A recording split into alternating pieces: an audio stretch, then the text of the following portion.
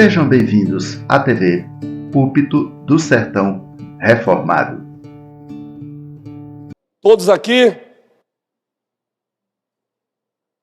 Eu quero recapitular com vocês agora com bastante calma o sermão de domingo, 2 Samuel 23. Abram a Bíblia.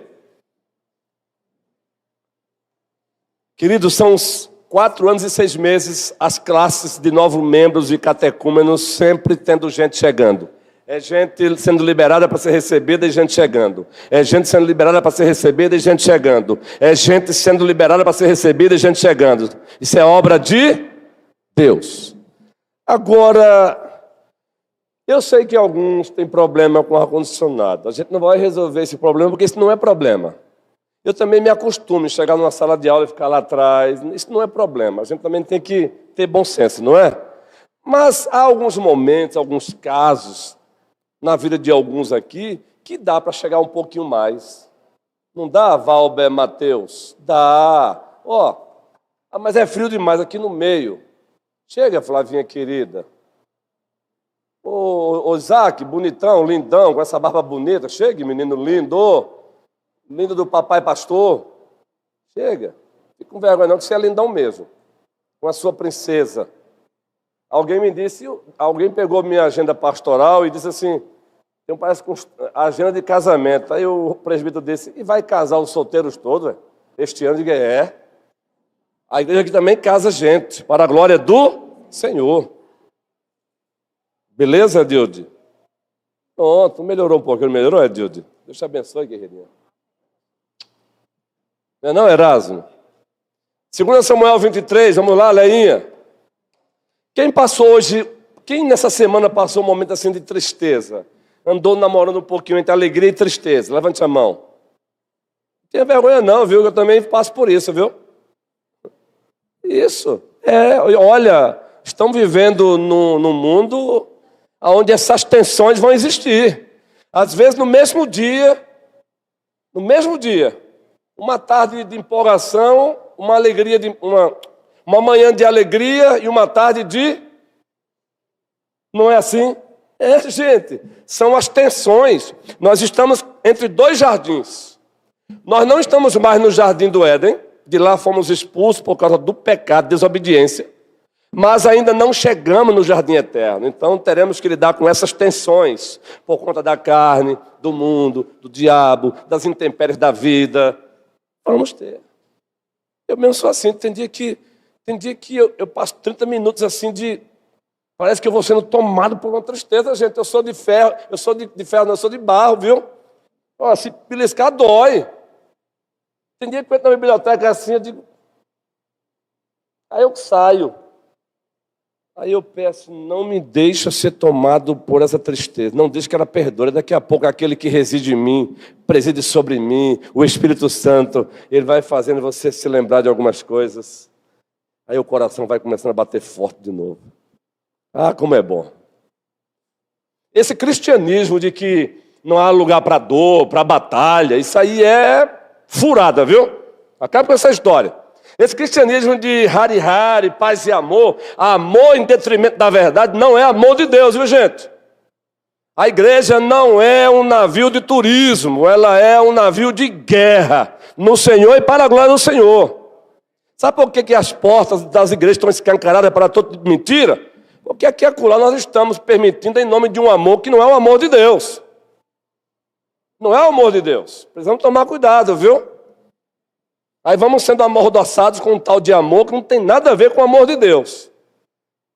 O amor de Deus, ele ama a verdade e ele odeia a injustiça. Eita, pastor, não é contraditória, não. O amor de Deus ama a verdade e esse mesmo amor odeia a injustiça. O amor não é um ente separado de Deus. O amor é o próprio Deus. O Deus que ama a vida, ele odeia o aborto. O Deus que ama a verdade, ele odeia a mentira. Entende? É um trocadilho aí. Bíblia aberta, vamos lá? 2 Samuel 23, sermão de domingo. Bíblia aberta. Levantem-se valentes.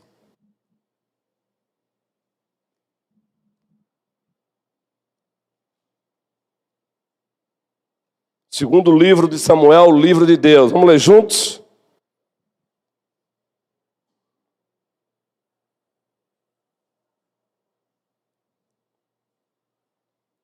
Comecem a leitura aí.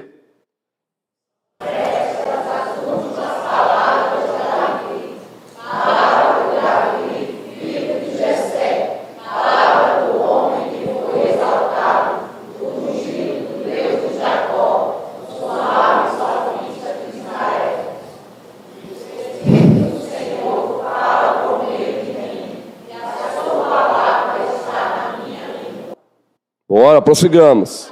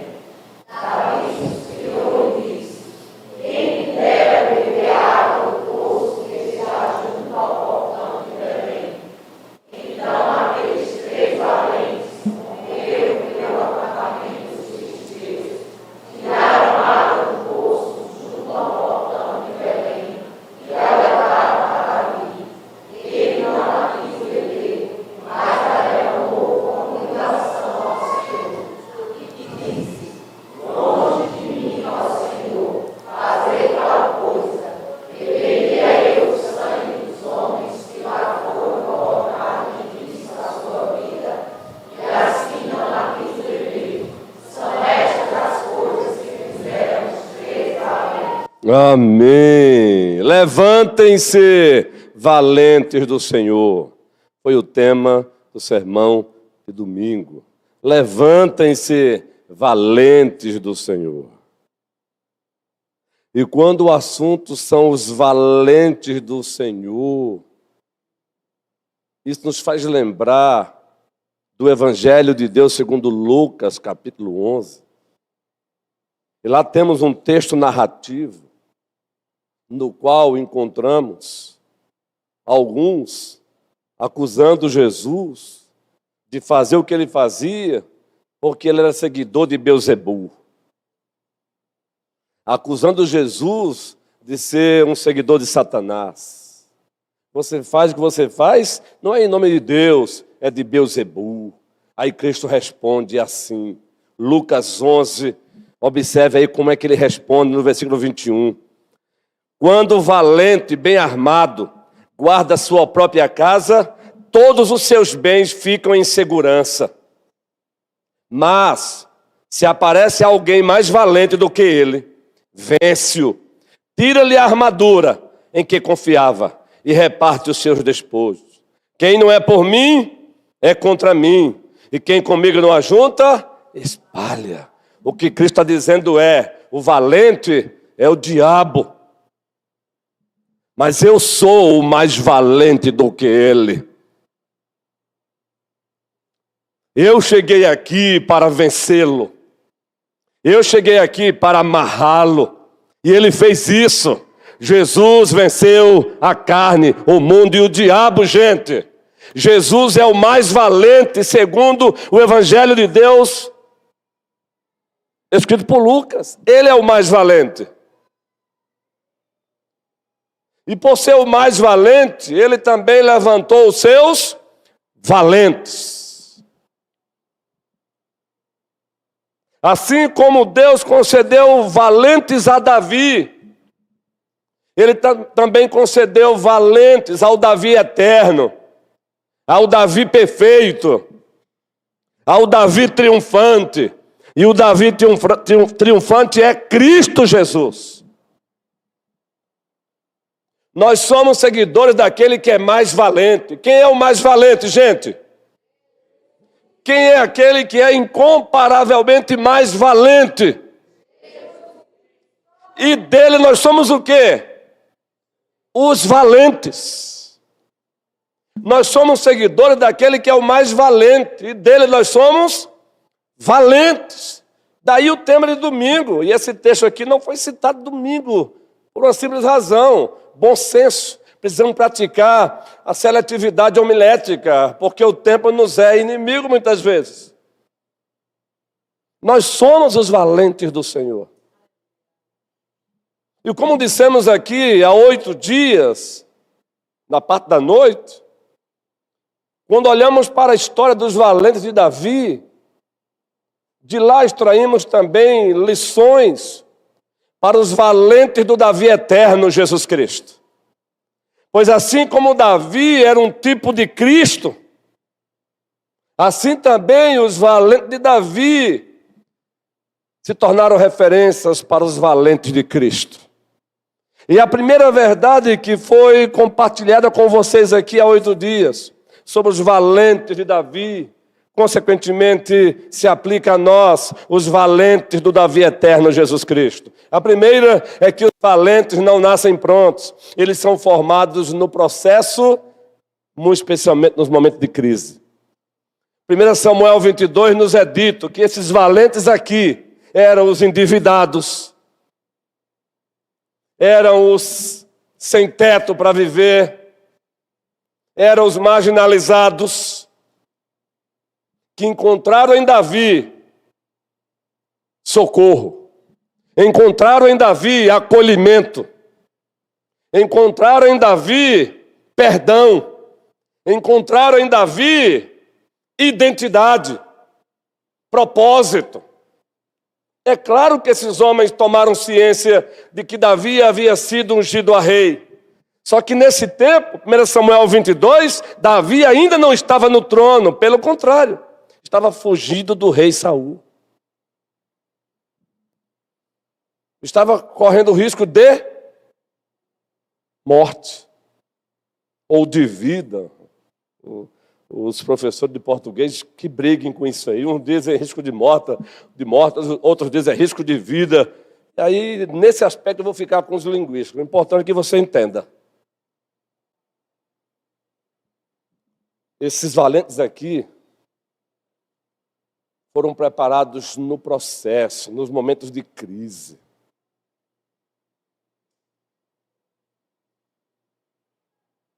Todos nós também éramos endividados e a nossa dívida é impagável. E a Bíblia diz em Colossenses que Cristo rasgou o nosso escrito de dívida. E, consequentemente, nos abraçou e nos levantou como seus valentes. Cristo também pagou o seu escrito, rasgou o nosso escrito de dívida. Cristo também nos acolheu. Cristo também nos abraçou como nosso Senhor, nosso Salvador. Ele como o Davi eterno.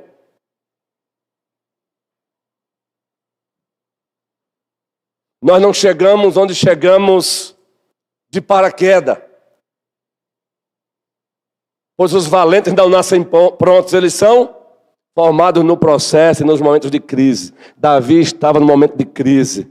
E esses homens não tiveram vergonha dele. Esses homens se aproximaram dele. Esses homens também o acolheram, porque foram acolhidos.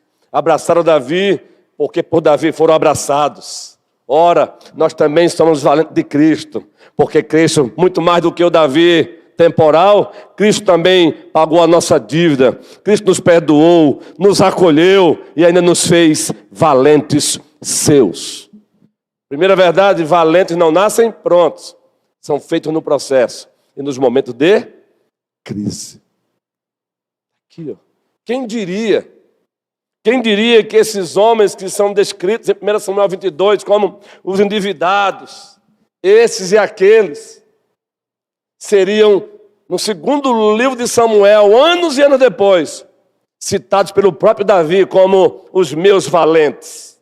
Queridos, Davi não cita o nome deles aleatoriamente, não. Ele nem está aqui praticando idolatria, bajulação. Ele está praticando cultura da honra na perspectiva de Deus. Porque ele está dizendo, eu cheguei onde eu cheguei, graças à mão de Deus sobre mim, e também Deus me deu valentes para lutarem comigo e por mim. Entendem, queridos? Nós também fomos feitos valentes do Senhor, no processo e na crise. Ainda estamos sendo feitos valentes do Senhor, no processo e na crise. É por isso que está lá na agenda de Deus para você, momento do deserto, momento de crise, noites escuras, porque é no processo que Ele forma o teu caráter. É no processo que Ele te prepara para batalhas mais pesadas. É no processo, é nas intempéries da vida que Ele te prepara para ser uma mulher valente, um homem valente, no Senhor e para a glória do Senhor. Então, não fuja do processo. Não pegue atalho. Aliás, o Satanás propôs um atalho para Cristo. Quando ele estava com fome, 40 dias sem comer, qual foi o atalho que Satanás propôs?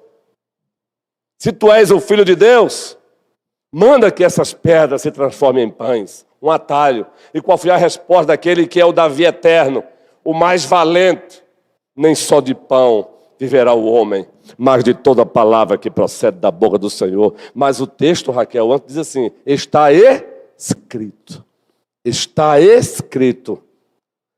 Jesus cita Deuteronômio. Jesus cita a Bíblia como valente. Atalhos. Tudo isso te darei. Está lá em Mateus 4, Lucas 4. Olha, levou a um monte muito alto e disse, tudo isso te darei. Eu só quero que você se prostre. Primeiro que ele é um charlatão, o diabo, né? Tudo isso te darei. Como se alguma coisa pertencesse a ele. Charlatão. Só quero que você se prostre e me adore. Qual foi a resposta daquele que é o mais valente? Do Davi eterno. Arreda-te, Satanás, pois está escrito, ao Senhor teu Deus adorarás, e somente a Ele servirás. Isso nos faz lembrar Sadraque e quem mais?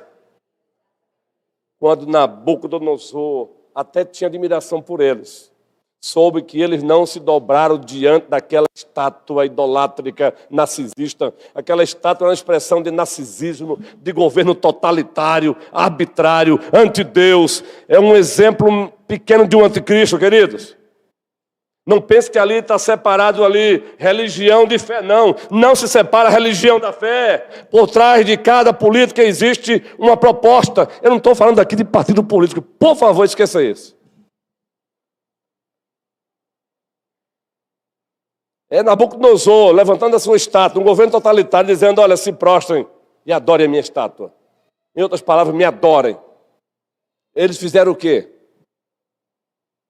Se a gente não adorar, a gente não vai comer. Se a gente não adorar, a gente não vai. Entendeu agora, gente? Estamos caminhando para um momento pesado no mundo. Está aí o cenário. Ó rei Nabucodonosor, fique sabendo. Eles estão diante do imperador, viu, gente? É a fé e o Estado. Essa é a relação da fé e do Estado. O Estado tem o seu lugar na minha vida e na tua vida, mas acima dele o Senhor dos Exércitos. Ó rei, fique sabendo, se o Senhor quiser, Ele pode nos livrar. Agora, se Ele não quiser, porque Ele tem os seus propósitos, nós não vamos beijar os teus pés. E eles não sabiam que passariam por um livramento. Hoje nós sabemos que eles passaram, viu? Eles não sabiam. Nós não vamos nos dobrar diante de ti. Aí Cristo disse para Satanás, cara a cara, arreda-te, Satanás, pois está escrito, ao Senhor teu Deus adorarás e somente a Ele cultuarás. Vocês sabem que a China odeia o cristianismo, né? A China odeia as escrituras. Lá tem uma igreja, mas é a igreja oficial. Até a Bíblia passa por uma releitura. É um estado que pede adoração. Por isso que os cristãos lá são perseguidos. Mas vocês sabiam que quanto mais perseguidos lá, mais cristãos na China, porque aquela fala de Tertuliano continua vigente. O sangue dos mártires é a semente da igreja. Quanto mais persegue a igreja, quanto mais maltrata a igreja, mais ela se multiplica, porque o alicerce dela é Cristo. O alicerce dela é Cristo. Segunda verdade que nós falamos aqui, apenas para reforçar. A primeira, os valentes não nascem prontos, são formados num processo, num momento de crise. A segunda verdade, os valentes permanecem na batalha enquanto outros fogem. Como é triste ver soldado de Cristo desertando, com medo de não ter mais o pão para comer.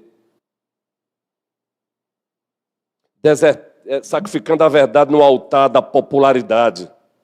O texto diz lá o que sobre esses dois valentes do início, queridos, muito especialmente Eleazar. O que é que Eleazar faz enquanto o povo está fugindo? Luta e derruba 800 homens. É sobrenatural, gente. Um valente só guerreou contra 800 e venceu. É sobrenatural, queridos. É sobrenatural. E não vê os teólogos liberais, com as suas incredulidades, tentar infectar a igreja e dizer que, na verdade, não é isso. Porque a teologia liberal, que de Deus não tem nada, mas é um arroto do diabo, ela gosta de inventar. Não, isso não foi um milagre, isso não foi isso assim também, não. Não, Golias, na verdade, Golias sofria de um problema clínico. Não tem uma doença hoje, Denise? Me ajude aí, quem está na área aí? De gigantismo, não é? É o nome que se dá para justificar os gigantes. Você sabia que o teólogo liberal pega essa doença do gigantismo para dizer que, na verdade, Golias era um doente? E por isso que Davi o venceu? Não, queridos. Davi era um guerreiro de guerra. Basta ver hoje alguns homens da polícia especial de Israel para você ver. E aí eu vibro com eles, hein? Se você ver a história dos cavaleiros templários, meu irmão, até a estatura importava. Imagine Golias. Não, Golias era um gigante mesmo, com força, com poderio bélico. Agora, a arma daqueles tempos. A Bíblia cita o tamanho, o peso da lança do homem, o peso do escudo, queridos. Mas aí vem os teólogos liberais com essa conversa feia. Não, o homem que lutou contra 800 aqui venceu, sobrenatural. Deus estava com ele. Deus estava com ele, presbítero Manuel. Deus estava com ele. Mas o que faz Eleazar, gente? 2 Samuel 23, a partir do versículo... Vamos lá, 2 Samuel 23. Estou passando com vocês o sermão de domingo. O sermão de hoje à noite eu creio que será extremamente consolador para você. Para os valentes do Senhor. O sermão de hoje à noite vai ser consolação para os valentes do Senhor. E se eu tombar na batalha? E se eu ficar sendo desempregado? E se eu ficar sozinho? E se me odiarem? Mensagem de hoje à noite. Traga um amigo, traga você mesmo. Traga um amigo, mas traga você mesmo. Não é não, Camila? Essa Camila é uma guerreira. Vamos lá, o que é que diz o texto aí? Versículo 9. Depois dele, Eleazar, filho de Dodô, filho de Aui, entre os 3 valentes que estavam com Davi, quando desafiaram os filisteus ali reunidos para a batalha. Quando eu vejo um texto desse aqui, gente, eu gostaria de entrar no túnel do tempo, fazer parte aqui e ser um Eleazar, ou chegar perto dele, ó. Aquela couraça zona, o escudo da fé, a espada zona na mão, e citando o Salmo 46. Deus é o nosso refúgio e fortaleza, e tu, espada, socorro bem presente na tribulação. Gente, era assim, viu? Vamos deixar desse romantismo aí. Não. Claro que era Deus manifestando justiça, e não o homem em si mesmo. Era Deus manifestando justiça sobre homens maus. E aí ele usava outras nações. Ele usou o próprio Israel. Porque senão, eita, o pastor está pregando o quê? Por favor, a administração da antiga aliança da graça. Mas da nova também, viu? Se o meu país entrar em guerra, e for uma guerra injusta contra o nosso país, você sabia que eu tenho um dever diante de Deus também, de pegar numa espada também, você sabia? Mas deixa para outro momento. Ora, chega um bandido na minha casa, tá lá, ó, eu vou matar você, sua esposa, ainda vou estrupar sua filha, eu vou dizer, aí eu vou pegar o texto fora de contexto, se bater na tua cara, dê a outra, não tem nada a ver com isso. O texto que eu vou pegar é, Senhor, dê destreza às minhas mãos, velocidade aos meus pés. O que é que eu tenho aqui? Eu vou decepar no Senhor e para a glória do Senhor a cabeça tua. Corra! Eu estou falando para você, saia daí que eu vou decepar a tua cabeça. Ainda vou cantar depois. A própria lei no Brasil, ela dá legítima defesa para a Denise. Se alguém tentar estrupá-la e ela arrancar a cabeça, é lei. A Bíblia também fala sobre isso. Imagina Denise, alguém que agarrar Denise dentro de casa, sozinha, Denise, ó. Aí Denise, e agora? Eu não tenho arma, eu não tenho faca, eu não tenho nada. Eu vou fazer o quê? Pega um garfo e tome no cabra. Ai, Denise, o quê? Isso é legítima defesa. Por favor, não vá saindo por aí matando o povo não, viu? Eu estou falando de legítima defesa. Não, porque às vezes só falta dizer pra gente, ó, não deixa ele entrar, deixa ele fazer o que quiser com Jade, porque a Bíblia diz que tem que amar. Ah, coisa linda. Esse amor aí não é um amor bíblico não, viu? Isso, Denise. Pois vem, meu filho. Não vem, não. Vai pra lá. Mas bata na porta, meu filhozinho. Ei, bata na porta. Ainda vou fazer cantando. E os advogados da igreja que se virem para me defender. É só para descontrair, viu, gente? Depois dele, Eleazar, filho de Dodô, filho de Aui, entre os 3 valentes que estavam com Davi, quando desafiaram os filisteus ali reunidos para a batalha, quando os filhos de Israel já se haviam retirado, ele se levantou, oh coisa linda, e atacou os filisteus até lhe cansar a mão e ficar grudada da espada. Agora observem, quem estava aprovando aquela ação de Eleazar? Quem? Responda, igreja. Naquele dia, o Senhor efetuou grande livramento. Sabe quem estava com Eleazar ali dando força à mão dele, segurando a espada? O Senhor. E a nossa espada hoje, é claro, é a palavra do Senhor. Os valentes do Senhor permanecem enquanto outros fogem.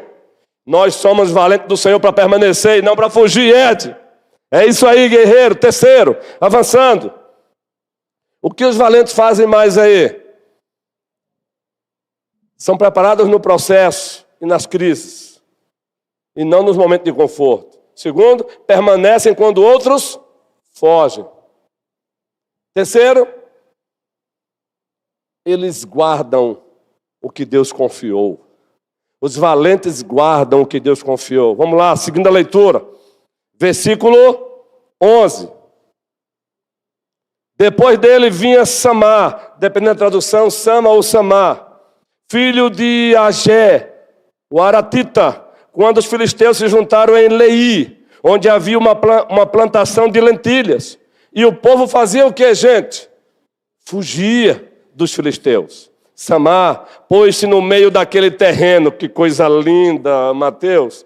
Pôs-se no meio daquele terreno e o defendeu. E matou os filisteus. Novamente, quem estava ali aprovando aquilo? E o Senhor efetuou grande livramento.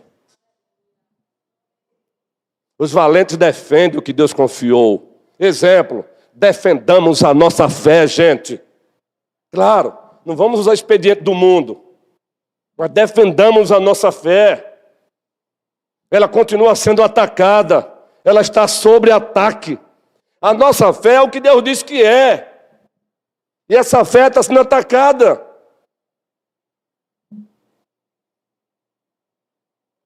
O que é que Deus diz sobre o casamento? Isso é a nossa fé. Mas o que Deus diz sobre o casamento está sendo atacado. Encontramos até igrejas dando ouvido às sereias do diabo, ao canto da sereia. E agora repintando o casamento também. Não, mas olha, quando Paulo falou isso, precisa entender a cultura dele nada. A verdade aqui é supracultural.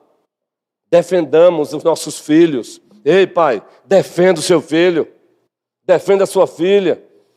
Ensina a sua filha a verdadeira feminilidade.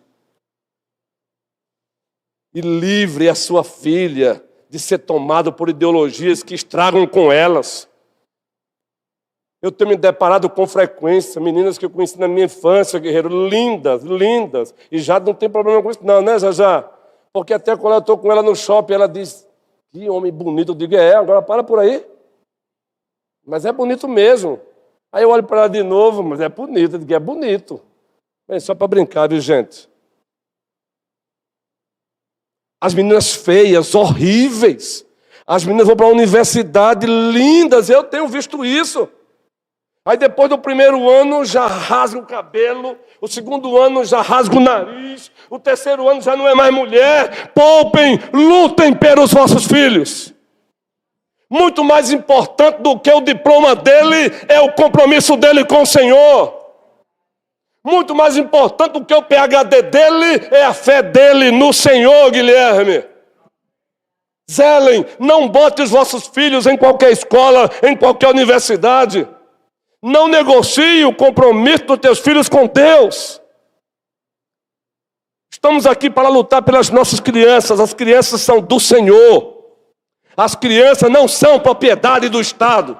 As crianças não são propriedade de pós-doc. As crianças são heranças do Senhor. É você que tem que zelar pela sua filha, pelo seu filho. Zele mesmo, cuide mesmo, proteja. Davi, Ronielso, diácono amado, disse para Salomão, seja homem. Seja homem. Mas aí não é machismo não, é porque está falando para o futuro rei. Eu quero estender. Seja mulher. Mulher na perspectiva de Deus, é isso aí. Veja lá a mulher virtuosa. Mulher virtuosa não é mulher sem sentido na vida não, gente. Ela também é desenrolada. Ela está ali ao lado do maridão dela lutando também. Mulher virtuosa também, ela é uma mulher valente. E você que é homem, valoriza a sua esposa, ela é uma valente, viu? Eu posso dizer de coração, gente, demagogia. Minha esposa é uma valente, a baixinha é uma retada. Tem dia que exige até demais, que eu digo, tá bom, já. Mas quando eu paro assim, eu digo, rapaz, que bênção essa baixinha é. Acreditem, tem dia que eu estou em casa meio sem fôlego, mas aí o fôlego volta e ela diz, você já mandou uma mensagem para... É ela me ajuda. A baixinha é uma valente do Senhor. Agora também tem hora que é natural como mulher, e não fala mais sobre isso não. Eu digo, opa, sobre isso aí eu falarei sempre. Eu sou porta-voz do Senhor. Aí eu digo para ela, cuidado, já já. Ela dá aquela risadinha. Mas é para o teu bem, o meu bem está no Senhor e para a glória do Senhor. Porque, mulheres amadas, vocês são bênçãos. E eu sei que vocês se preocupam com a gente, quando a gente abre a boca. É por amor. Mas tem que tomar cuidado, para que vocês se preocupem tanto com a autopreservação e nos tirem da rota do Senhor. Tá bom? Minha baixinha é uma bênção. Primeiro Manuel, depois Patrícia. Quem levantou mais a mão aí? Presbítero Manuel, depois Patrícia. Meire também. Então, zele, cuide do seu filho, cuide da sua esposa, cuide do seu marido. Zelemos pela família, agora no Senhor e para a glória do Senhor. Vamos lá, presbítero. Com essa educação, acesso fácil a todos, com a modernidade, com os ensinos das universidades, é muito comum até alguns crentes, na formação de suas filhas, quando é filho é diferente, mas quando é filha, aí eles não, vou criar minha filha para ser independente do marido. Pronto, olha o perigo. Vou criar minha filha, ela vai ter uma profissão, ela vai ser independente. Quiçá, pastor, tem alguns que dividem até a conta, viu? O dinheiro é dela e o dinheiro é dele. Eu, particularmente, tenho buscado em Deus em criar minha filha, não é meu filho. Não é exigir da minha nora, mas da minha filha. Ela vai ter a profissão dela, terá o trabalho, etc., mas para auxiliar o seu esposo. Isso, no Senhor. No Senhor. Ela vai depender dele. Entendeu? Também no Senhor. No Senhor, para auxiliar. Isso eu faço para minha filha. Não é para filha, é muito fácil eu falar para a filha dos outros, mas eu ensino para minha filha. E também, oportunamente, eu sempre falo com minha nora. Até na rotina, está se preparando, está estudando, eu falo, olha, minha nora, eu como seu sogro, para o bem de vocês dois, eu não desejo que você se comprometa tanto com o trabalho, que comprometa a sua relação de esposa, de mãe, entendeu? Aí ela brinca, sogrinho, eu disse, se seu pai não falou isso, tente fazer isso, porque eu como seu sogro vou tentar limites, lhe ajudar, para você não se comprometer a ponto de comprometer sua família, não é? Então, como pai de filha, eu faço isso. Eu creio que, se eu estiver errado, me fale aí, porque eu creio que eu estou no caminho certo. Não é?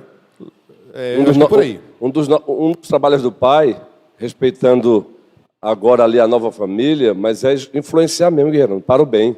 Patrícia, depois Meire. Correto, Meire? Patrícia? Que bom, Patrícia. Você com o microfone na mão, Patrícia, que bom. Hoje eu consegui, né? Juju me liberou lá da salinha, consegui assistir.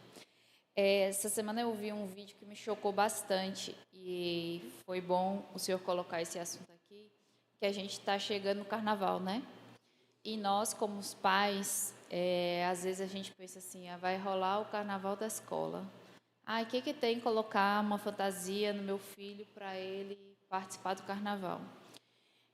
Hoje, como mãe, eu olho para trás e vejo, na época que eu estava na escola, que minha mãe não permitia que eu participasse do carnaval da escola. E vejo quão sábia ela foi, porque eu fui para a faculdade, nunca participei de nenhuma festa da faculdade, porque eu não me sentia, né, inserida, e muitas vezes eu era taxada como careta, né? E aquilo nunca fez com que eu questionasse a decisão de não participar, né?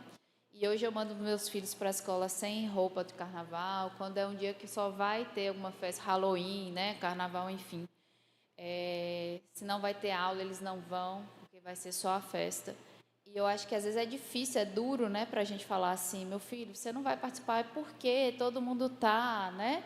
Por que eu não posso fazer isso? E às vezes a gente tem que ser firmes e ir contra, né, essa onda, né, como o senhor está dizendo assim, né, muitas vezes a gente, o que tem? Ele só está com uma fantasia de um personagem que ele gosta, mas a gente está inserindo eles num contexto de normalizar o se fantasiar e pertencer àquela festa que é o carnaval, né? E o vídeo que eu assisti era uma jovem com um vestido longo, com asa de anjos, indo para o carnaval, e um repórter parou e perguntou, por que você está com essa roupa, né, toda tampada, né, o corpo, indo para o carnaval? Aí ela falou, porque eu estava vindo, o Espírito Santo de Deus falou comigo assim, não exiba o seu corpo, curta o carnaval, mas não exiba o seu corpo. E aí a pessoa que tinha repostado o vídeo colocou assim, será que Deus estaria só preocupado com a roupa que ela está vestindo, né?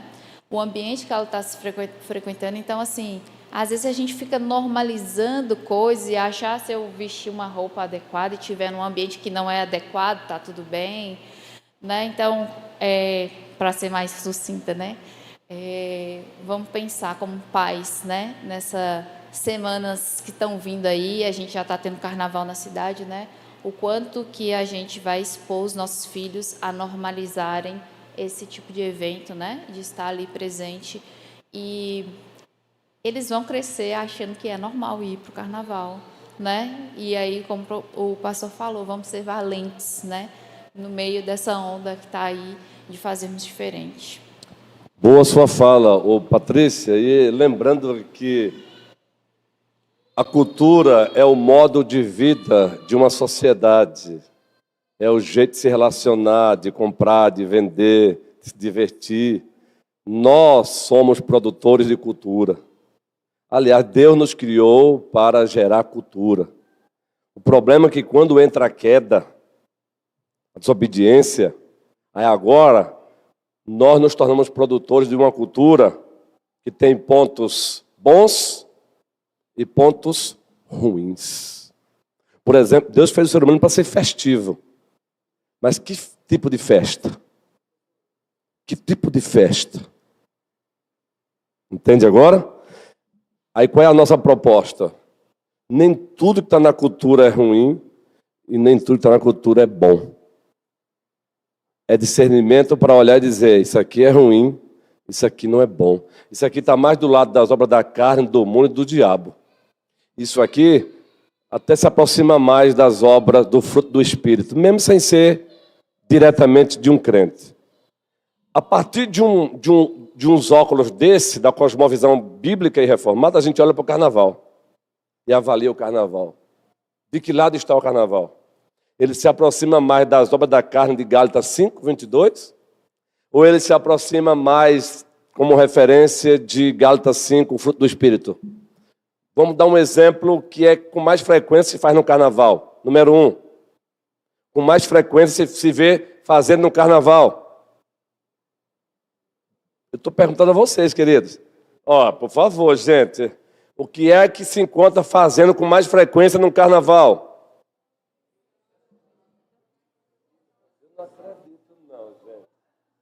O que é que se encontra... É medo? Não, não é? O que é que se encontram fazendo com mais frequência no carnaval? Embriaguez, prostituição. Agora, antigamente, saía de lá e ia para o motel. Não precisa mais hoje em dia. É feito lá mesmo.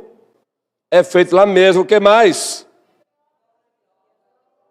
Drogas, idolatrias. O que mais? Traições.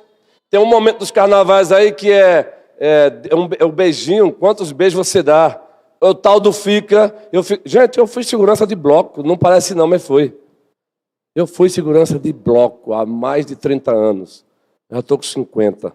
Não parece, mas foi, viu? Hoje eu sou mal acabado quanto ao meu físico, mas eu era avantajado, guerreirão. Nem parece, né? Quem aqui já ouviu falar na música? Era pancadaria, Jó. Começava assim, ó. Me diga que valeu, menino. Quando o cara do chiclete de banana dizia, me diga que valeu, valeu demais, menino, já começava a tropa. Porrada pra cima. Quem aqui já não ouviu essa música, passando pelo menos por aí? Me diga que... Tá no YouTube, eu só estou ensinando, viu, gente? Por favor. Eu estou dando um toque. Me diga que valeu o seu amor. Valeu demais. Tem gente com vontade de cantar e está com vergonha. É só um exemplo. Agora veja que coisa, gente. Me diga que valeu o seu amor, valeu demais. E os caras dando porrada. Porrada, guerreiro. Eu digo com isso. Aí a minha tropa, que era de segurança, ganhava para isso. Porrada em cima também. Porrada, meu irmão, eram os valentes com algo errado. Era cacete, meu irmão. E aqui, uma confissãozinha, não use não, por favor. Quem já ouviu já ouviu falar em soqueira inglesa? Já ouviu falar em soqueira inglesa? A minha chega brilhava, meu irmão. Primeiro eu botava o pano aqui, quando estava tudo bem. Quando a coisa começava, me diga que valeu, meu amor valeu demais, minha amiga, eu tirava o panozinho, eu dizia, valeu, tome, valeu, tome. Era. Eu pergunto, é de Deus isso? Hã? Não era mesmo, não. Eu só não fui muito de me embriagar, mas era porrada mesmo. Professor de taekwondo, primeiro dan, meu irmãozinho, o cacete descia. Agora é de Deus isso? Não. Eu cansei de ver a menina, a garota, a jovem, eu estou falando há 30 anos, imagine hoje. A menina já com umas 10 no quengo, Dali. As meninas 10 no quengo. Era ali mesmo. Era ali mesmo. Desciam as vestimentas e o um. E eu digo, misericórdia, vai fazer o 2 aqui mesmo. Isso é de Deus. Aí como é que eu como um cristão, mas eu não faço o que eles fazem, mas eu estou indo para o meio onde predomina isso, gente. Não convém. Não convém. Deus fez o ser humano para ser festivo. Agora, nem toda festa de Deus é. Onde traição é pesada, droga é pesada. Hoje a droga é outra, querido. Quem já ouviu falar na época do Loló? Quem ouviu falar na época do Loló? Não vem conversa não, hein? Loló, quem ouviu falar Loló?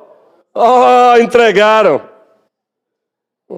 Andava com o frasquinho aqui, menino. O frasquinho aqui, só via a turma. Camila. Menino parecia um super-homem. Alguém me disse uma vez, eita, Ronilson, eu vi você voando, Eu digo, misericórdia, eu fiz isso, estava parecendo um pavão, meu irmão, na rua. Olha que desgraça, guerreiro. Olha que miséria então, entendeu, Patrícia? Tá certo. Tomar cuidado, não é legalismo não, não convém. Paulo diz aos Efésios, reprovai as obras infrutíferas das trevas. Agora, queridos, quem é que vai alcançar essa turma também? Esse é o outro lado da moeda. Quem que vai alcançar essa turma? É a gente odiando eles? É a gente mandando para o inferno? Também não. Então proteja mesmo. A escola não tem direito sobre o seu filho. É você. Não tem direito. Inclusive a lei está aí para defender. Não, mas é só fantasiazinha, mas por trás de outras coisas. Por trás de outras coisas mesmo. Vamos lá, Meire. Eu não vou terminar hoje não, a perceber, tudo bem. Amém. Essa semana, a Débora, ela está na mesma escola que Rebeca esse ano, então é novo para ela lá. E aí elas sentaram na hora do intervalo com as amiguinhas em um grupo para se conhecendo, da mesma turma, 8º ano, né? Débora só tem 13 anos. E aí uma das amigas dela foi e disse assim, perguntando para todas, né? E aí se direcionou a Débora e perguntou como Débora criaria os filhos, se criaria à vontade, né? Se eles poderiam se relacionar tanto ou menino com homens ou com mulheres, né? Aí Débora falou que não, que criaria de acordo com a palavra, que ela, enquanto os filhos estivessem na obediência dela em casa, então teriam que seguir a palavra de Deus e teriam que menino ser menino, menina ser menina. Aí ela foi e disse para Débora, então você é homofóbica. Aí disse, então você é homofóbica, Débora. Ela disse, não, eu não sou homofóbica, eu creio na palavra de Deus e eu sou ensinada assim, tenho que criar os meus filhos assim. Aí a menina foi e disse, com 13 anos também, a mesma idade de Débora. Veja que não precisa nem a faculdade, é claro que é bem mais, né? Mas a gente já vê hoje nas escolas. Aí ela foi e disse, pois os meus filhos vão se relacionar com quem eles quiserem. A menina disse assim para Débora. Vocês perceberam, gente, que essa tal democracia hoje não é democracia? É democracia para você concordar com eles. É proibido ser hétero. Nós não queremos também violência contra quem tem relações homoafetivas. Nós não queremos violência física contra eles também, não. Agora, dizer que eles estão errados biblicamente, respeite nosso direito de fala. Mas é proibido, essa conversa que não pode, é proibido. É proibido na escola, é proibido na universidade, é proibido. Eu passei um semestre todo, uma professora de sociologia e antropologia jurídica dizendo, eu tenho uma referência a Simone de Beauvoir, mulher não nasce mulher, torna-se mulher, menino não nasce menino, torna-se menino. Eu passei um semestre todinho, uma professora de universidade dizendo isso, e eu lá pensando, meu Deus do céu, a garotada aqui de 15, 16, 17, 18 anos, guerreiro, por isso que o mundo está como está, e eles não têm vergonha, dizem em sala de aula, Mulher não nasce mulher, torna-se mulher. Se você pensar o contrário, você é homofóbico. Defenda o seu filho e a sua filha. Agora, por favor, não use o expediente do mundo. Não precisa. As armas celestiais são poderosas. Então, aí eu fui e disse a ela, né? Eu disse, ó, Débora, da próxima vez, aí você seja mais enfática, né? E fale assim, que você respeita, né? Se ela tem a crença dela e crê assim, você respeita. Isso! Agora, você precisa ser respeitada. Você não pode ser chamada de homofóbica porque você acredita na palavra e, assim como a gente criou você, você quer criar os seus filhos. Então, você não é homofóbica por isso. Então, você tem que dizer isso para ela, que você tem o princípio da palavra de Deus e precisa criar os seus filhos assim. Mas é algo que está muito recorrente nas escolas, pastores. Eu também estou dando aula agora. Eu dava aula no ensino médio, mas agora estou no ensino fundamental, de 6º ao 9º. E o que a gente mais vê, assim, eu dei aula de 6º ano, os 4 6º anos.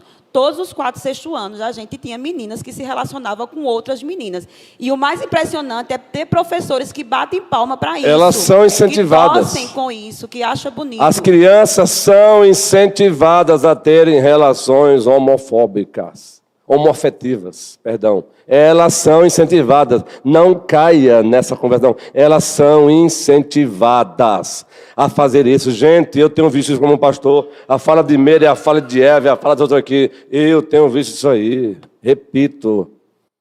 Agora, o que fazer para socorrer essa turma? É com ódio? É mandando-os para o inferno? Não. Neuma, está com o microfone aí próximo aí, Neuma? Por favor, Neuma, o microfone aí. A gente já vai encerrar por hoje. Mas, querido, entendeu aí? Então, essa conversazinha, fé e política, não se discute, discute sim. E quando eu falo de política aqui, eu estou falando de uma política normativa, respaldada nas Escrituras. Preste bem atenção. Não pode impor sobre a gente o pensamento de vocês. Ora, o que é que o Congresso faz? Impor sobre mim diariamente leis. Que conversa é essa? É porque o discurso é para amordaçar. Na União Soviética criaram uma nova linguagem. Então, toda a linguagem hoje é arma de amordaça, é arma para amordaçar. Homofóbico, está te amordaçando. O que mais? Fascista, te amordaçando. É uma linguagem para te amordaçar. Agora, por favor, gente, em nome de Cristo, a nossa arma não é do mundo, ela é de Deus. Neuma. Pastor, só pegando carona aqui na fala de Patrícia, e uma história que me chamou a atenção como mãe, falando da universidade, no que a juventude passa hoje na universidade. Minha filha formou ano passado, né, em 2025, e aí ela relatou para mim a tristeza dela com a turma dela da Faculdade de Medicina, que ela começou a ser isolada da turma pela postura dela. Ela e o grupinho dela de 4 meninas que tinham o mesmo perfil dela.